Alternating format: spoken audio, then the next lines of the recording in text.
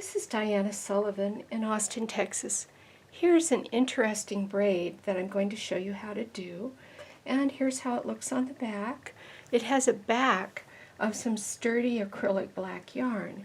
And then the weaving yarn on the front is some Caron Simply Soft. Now this is it with 1 strand and 3 stitches wide. This is it with 2 strands and 5 stitches wide. So I'll show you both of these. The first thing that you need to do is cast on and knit a couple of rows of your background yarn. I have this machine set to knit all needles, in other words, not set for short rowing. I'm putting a weight on the work, and I'm getting ready to use the colorful yarn. It's a variegated.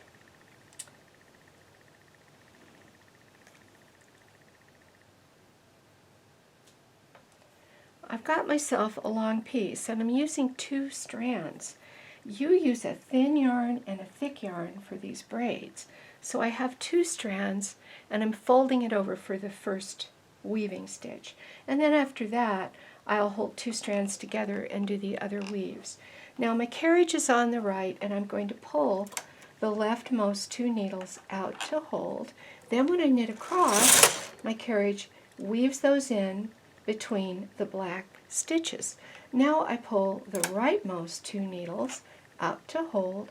I wind under and then over. It's kind of like an E-wrap, isn't it?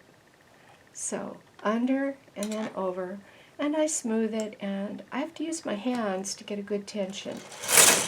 Now with my carriage on the right, I pull the leftmost 2. I don't add any needles, I just pull the leftmost 2 and knit across. Now the rightmost 2 under and then over and knit across. The leftmost 2 under then over, knit across. The rightmost under and then over, knit across. Now this braid is flexible. You could sew it on a neckline, the top of a pocket, a hem, along a button band. It's a nice decorative braid. This one's fairly wide, more than a ½ inch. And the narrow one is used in the same way, but there'll be places where you'd want a wide one and places where you'd want a narrow one.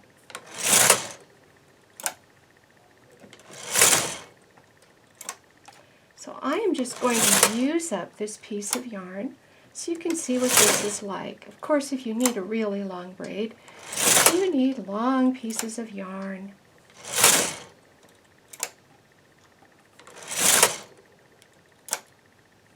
You want to use the same fiber as your garment, so the washing instructions will be the same.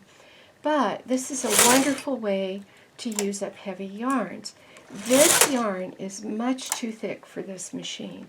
But you see, the machine doesn't have to knit it. All it has to do is knit through it and get it tucked between the other stitches. Oh, I'll get one more stitch out of this. And then I will pull it out so you can see it.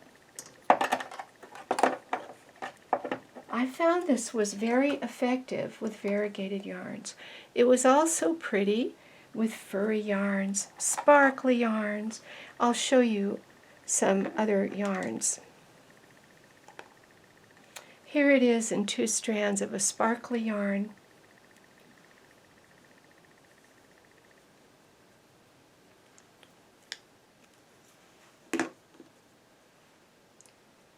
Here it is with 2 strands of a fluffy yarn. It's got a little bit of brush to it. Now the back will be plain, the front will have the braid effect. Now I'm going to knit a few rows just as a divider. And I'm going to decrease down to 3 stitches and show you the other one.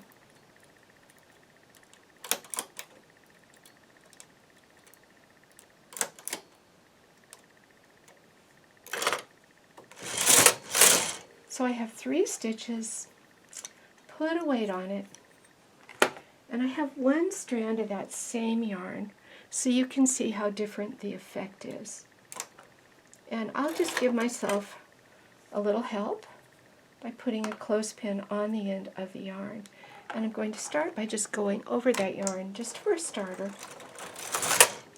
And then I'm going to do the same movement but with only one needle opposite the carriage, around it from beneath. So you see this is the same movement with just one needle and only one strand of yarn. And it's not only a smaller effect, but it's a different effect. Again, it looks very braided.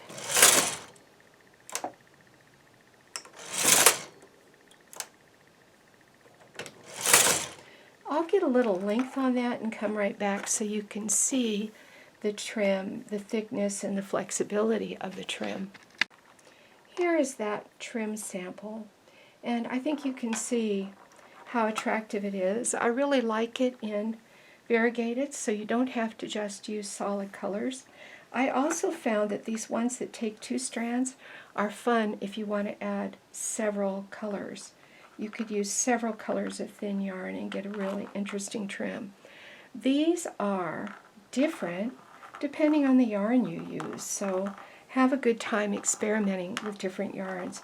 Now you see how flexible that is? That would go around any kind of curve.